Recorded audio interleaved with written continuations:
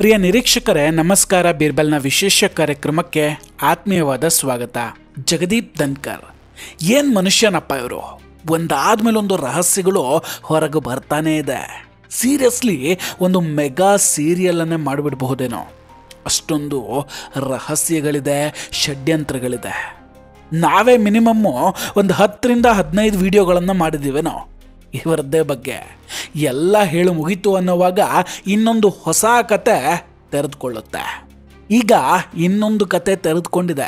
ಅದನ್ನು ಕೇಳಿದ್ರಂತೂ ನೀವೇ ಕಂಗಾಲಾಗಿ ಹೋಗ್ತೀರಾ. ಅಸಲಿಗೆ ಮೋದಿಯವರ ವಿರುದ್ಧ ಆಡಿದ ಆಟದಲ್ಲಿ ಒಬ್ಬ ದೊಡ್ಡ ಬಿಸ್ನೆಸ್ ಮ್ಯಾನ್ ಕೂಡ ಶಾಮೀಲಾಗಿದ್ರು. ಇದನ್ನು ನಂಬ್ತೀರಾ?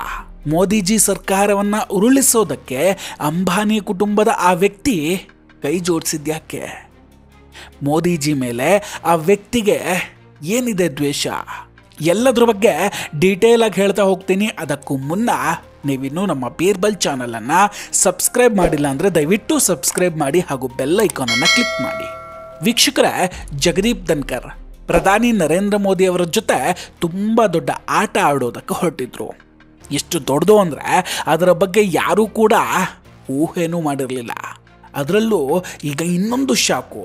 ಇವರು ಎಂಥ ವ್ಯಕ್ತಿಯ ಜೊತೆ ಸೇರ್ಕೊಂಡಿದ್ರು ಅನ್ನೋದು ಗೊತ್ತಾದರೆ ನಿಜಕ್ಕೂ ದಂಗಾಗ್ತೀರಾ.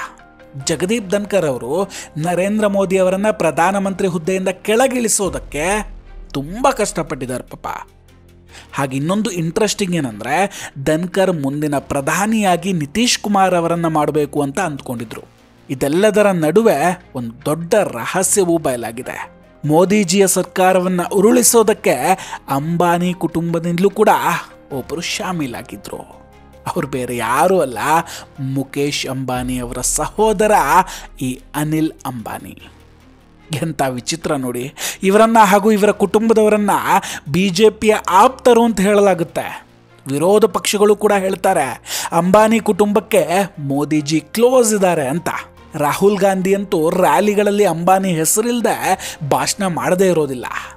ಈ ಅಂಬಾನಿ ಸಹೋದರರಲ್ಲಿ ಒಬ್ಬರು ಮುಕೇಶ್ ಅಂಬಾನಿ.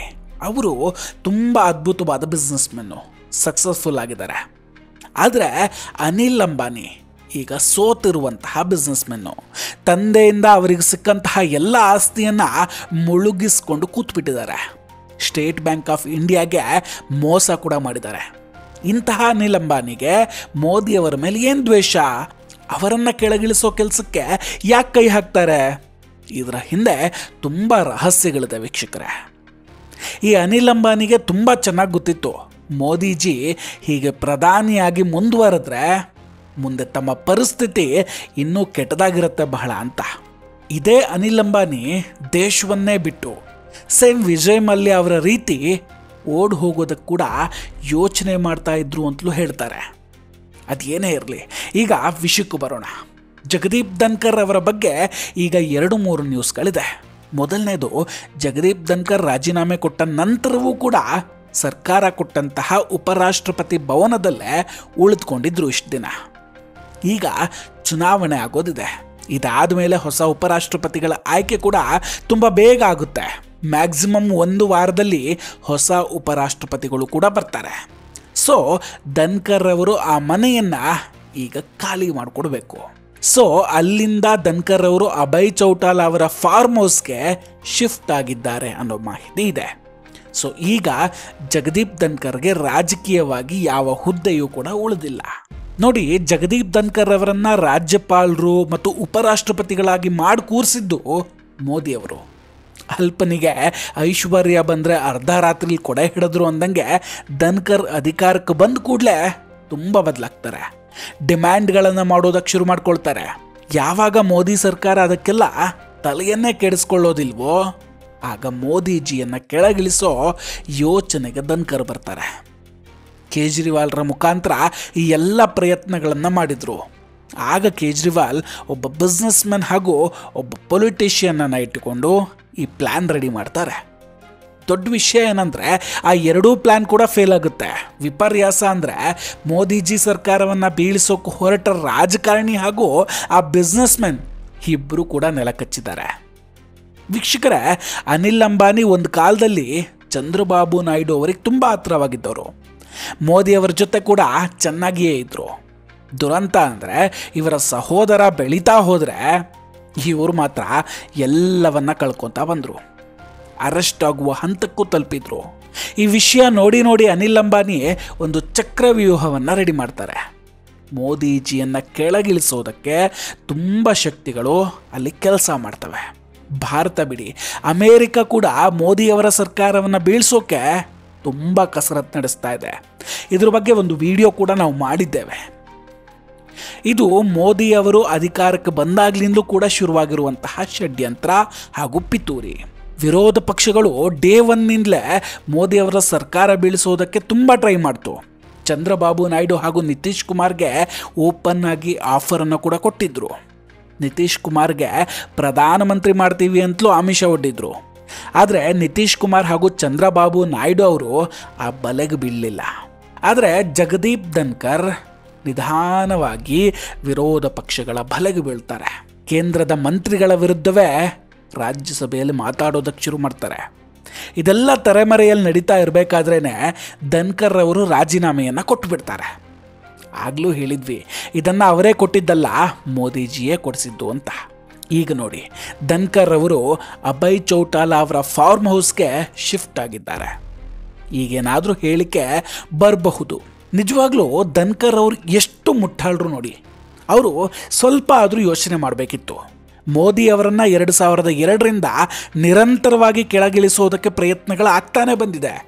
BJP ಒಳಗಿನಿಂದಲೂ ಕೂಡ ಆಗಿದೆ, ಹೊರಗಿನಿಂದಲೂ ಆಗಿದೆ. ಆದರೆ ಯಾವುದೂ ಕೂಡ ಸಾಧ್ಯ ಆಗಲಿಲ್ಲ. ಅದು ಗೊತ್ತಿದ್ರೂ ಕೂಡ ಧನ್ಕರ್ ಯಾಕಿಂತ ಕೆಲಸಕ್ಕೆ ಕೈ ಹಾಕಿದ್ರು ಪಾಪ ಅವ್ರಿಗೆ ಗೊತ್ತಾಗಲೇ ಇಲ್ಲ. ಇದು ಕೇಂದ್ರ ಸರ್ಕಾರ, ನಾವೇ ಇಷ್ಟೆಲ್ಲ ಆಟ ಆಡಬೇಕಾದ್ರೆ ಇವರೆಷ್ಟು ಆಟ ಆಡ್ತಾರೆ, ತಂತ್ರಗಾರಿಕೆ ನಡೆಸ್ತಾರೆ ಅಂತ. ಕೇಜ್ರಿವಾಲ್ ಮೊದಲೇ ಹೋಗಿ ಮೋದಿ ಅವರ ಹತ್ರ ಬಾಯಿ ಬಿಟ್ಬಿಟ್ರು. ಅದಾದ ಮೇಲೆ ಚಂದ್ರಬಾಬು ನಾಯ್ಡು ಅನಿಲ್ ಅಂಬಾನಿ ನನ್ನ ಹತ್ರ ಒಂದು ಪ್ರಪೋಸಲನ್ನು ತಗೊಂಡು ಬಂದಿದ್ರು ಅಂತ ಮೋದಿಜಿ ಬಳಿ ಹೇಳ್ತಾರೆ. ಇನ್ನೊಂದು ವಿಷಯ ನೆನಪಿರಲಿ ವೀಕ್ಷಕರೇ, ಅನಿಲ್ ಅಂಬಾನಿ ಹಾಗೂ ಹಿರಿಯ ನಾಯಕ ಮುಲಾಯಂ ಸಿಂಗ್ ಯಾದವ್ ಕೂಡ ತುಂಬ ಚೆನ್ನಾಗಿದ್ದಾರೆ. ಆದರೆ ಈಗಲೂ ನಿಮಗೆ ಅನುಮಾನ ಇರಬಹುದು, ಅನಿಲ್ ಅಂಬಾನಿ ಯಾಕಾಗ ಮೋದಿ ಸರ್ಕಾರದ ವಿರುದ್ಧ ಷಡ್ಯಂತ್ರ ಮಾಡ್ತಾರೆ ಅಂತ. ಅದರ ಹಿಂದೆ ಒಂದು ದೊಡ್ಡ ಕಾರಣ ಇದೆ. ವಿಷಯ ಏನಂದರೆ, ಮೋದಿಯವರ ಸರ್ಕಾರ ರಚನೆಯಾದಾಗ ಅನಿಲ್ ಅಂಬಾನಿ ಒಂದು ಫೈಲನ್ನು ತಗೊಂಡು ಮೋದಿಯವರ ಬಳಿ ಬಂದಿದ್ರು. ಅದರಲ್ಲಿ ಒಂದಷ್ಟು ಕಾಂಟ್ರಾಕ್ಟ್ಗಳು ಮತ್ತು ಕೆಲಸಗಳು ಹೇಗೇಗಾಗಬೇಕು ಅಂತ ಇತ್ತು. ಅದನ್ನು ಮೋದಿಯವರು ಏನು ಮಾಡ್ತಾರೆ ಅಂದರೆ ಅಮಿತ್ ಶಾ ಅವರಿಗೆ ಕೊಟ್ಬಿಡ್ತಾರೆ. 6 ತಿಂಗಳಾದ ಮೇಲೆ ಇದೇ ಬಿಸ್ನೆಸ್ಮೆನ್ ಅಮಿತ್ ಶಾ ಅವ್ರ ಹತ್ರ ಬಂದು ಕೇಳ್ತಾರೆ, ಆ ಫೈಲನ್ನು ಏನು ಮಾಡಿದ್ರಿ ಅಂತ. ಆಗ ಅಮಿತ್ ಶಾ ಹೇಳ್ತಾರೆ, ಅದನ್ನು ತೆಗೆದು ಕಸದ ಬುಟ್ಟಿಗೆ ಎಸೆದಿದ್ದೀನಿ ಅಂತ. ಅದನ್ನು ಕೇಳಿದ ಅನಿಲ್ ಅಂಬಾನಿ ಶಾಕ್ ಆಗ್ತಾರೆ, ಸಿಟ್ಟಿಗೆ ಹೇಳ್ತಾರೆ. ಯಾಕೆ ಹೀಗೆ ಮಾಡಿದ್ರಿ ಅಂತ ಕೇಳಿದಾಗ ಅಮಿತ್ ಶಾ ಅವರು, ನೀವು ದಂಧೆ ಮಾಡೋರು, ನಿಮ್ಮ ಮಾತು ಕೇಳಿಕೊಂಡು ಕೆಲಸ ಮಾಡೋದಿಲ್ಲ ಅಂತ ಹೇಳ್ತಾರೆ. ಆದರೆ ನಾವು ಜನಾದೇಶದಿಂದ ಬಂದವರು, ನಮ್ಮ ಕೆಲಸ ನಾವು ಮಾಡ್ತೀವಿ, ನಮ್ಮದು ಹಿಂದಿದ್ದ ಸರ್ಕಾರಗಳ ಥರ ಅಲ್ಲ ಅಂತ ಹೇಳಿ ಕಳಿಸ್ತಾರೆ. ನಿಮಗೆ ಗೊತ್ತಿರಲಿ, ಇತ್ತೀಚೆಗೆ ಇದೇ ಅನಿಲ್ ಅಂಬಾನಿ ಮನೆ ಮೇಲೆ ಇಡೀ ದಾಳಿ ಕೂಡ ಮಾಡಿತ್ತು. ಈಗ CBI ಕೂಡ ದಾಳಿ ಮಾಡಿದೆ. ಇದೇ ಅನಿಲ್ ಅಂಬಾನಿ ಬ್ಯಾಂಕಿಗೆ 17,000 ಕೋಟಿಯಷ್ಟು ಫ್ರಾಡ್ ಮಾಡಿದ್ದಾರೆ. ಅನಿಲ್ ಅಂಬಾನಿ ಪೊಲಿಟಿಕ್ಸ್ ಬಗ್ಗೆ ತಲೆ ಕೆಡಿಸ್ಕೊಂಡಷ್ಟು ಬಿಸ್ನೆಸ್ ಕಡೆ ಗಮನ ಕೊಟ್ಟಿದ್ರೆ ಬಿಸ್ನೆಸ್ ಆದರೂ ಇಂಪ್ರೂವ್ ಆಗ್ತಿತ್ತು. ಒಟ್ಟಿನಲ್ಲಿ ಷಡ್ಯಂತ್ರ ಮಾಡಿದವ್ರಿಗೆ ಕೊನೆಗೂ ಸಿಕ್ಕಿದ್ದೇನೂ ಇಲ್ಲ. ಇರೋದನ್ನೆಲ್ಲ ಕಳೆದುಕೊಂಡು ಕೂತಿದ್ದಾರೆ ಅಷ್ಟೆ. ಇವರ ಒಂದೊಂದೇ ಪಿತೂರಿಗಳು ಈಗ ಹೊರಗೆ ಬರ್ತಾ ಇದೆ, ಇನ್ನೂ ಬರಲಿದೆ ಕೂಡ. ಅಷ್ಟೇ ಅಲ್ಲ, ಈಗ ಇದೇ ಹಾದಿಯಲ್ಲಿ ಇನ್ನೊಬ್ಬ BJPಯ ಮಹಾನಾಯಕ ಕೂಡ ಇದ್ದಾರೆ. ಅವರಿಗೂ ಪ್ರಧಾನಮಂತ್ರಿಯ ಆಫರ್ಗಳನ್ನು ಕೊಟ್ಟು ಗಾಳ ಹಾಕ್ತಾ ಇದ್ದಾರೆ. ಇದನ್ನು ನೋಡಿದ ಮೇಲಾದರೂ ಅವರು ಎಚ್ಚೆತ್ಕೊಂಡ್ರೆ ಒಳ್ಳೆಯದು. ಇಲ್ಲಾಂದರೆ ಅವರ ರಾಜಕೀಯವೂ ಕೂಡ ಅಂತ್ಯ ಆಗೋದು ನಿಶ್ಚಿತ. ವೀಕ್ಷಕರೇ, ಇದೆಲ್ಲದರ ಬಗ್ಗೆ ನಿಮ್ಮ ಅಭಿಪ್ರಾಯ ಏನು? ದಯವಿಟ್ಟು ಕಮೆಂಟ್ ಮಾಡಿ ತಿಳಿಸಿ. ನಾವು ಕೊಟ್ಟಂತಹ ಮಾಹಿತಿಗಳು ನಿಮಗೆ ಇಷ್ಟ ಆಗಿದರೆ ದಯವಿಟ್ಟು ವಿಡಿಯೋವನ್ನು ಲೈಕ್ ಮಾಡಿ ಹಾಗೂ ಶೇರ್ ಮಾಡಿ. ಇನ್ನೂ ಕೂಡ ನಮ್ಮ ಬೀರ್ಬಲ್ ಚಾನಲನ್ನು ಸಬ್ಸ್ಕ್ರೈಬ್ ಮಾಡಿಲ್ಲ ಅಂದರೆ ದಯವಿಟ್ಟು ಸಬ್ಸ್ಕ್ರೈಬ್ ಮಾಡಿ ಹಾಗೂ ಬೆಲ್ ಐಕಾನನ್ನು ಕ್ಲಿಕ್ ಮಾಡಿ. ನಮಸ್ಕಾರ, ಟೇಕ್ ಕೇರ್ ಆ್ಯಂಡ್ ಬಾಯ್ ಬಾಯ್. ಮತ್ತೆ ಭೇಟಿಯಾಗೋಣ. ಜೈ ಹಿಂದ್.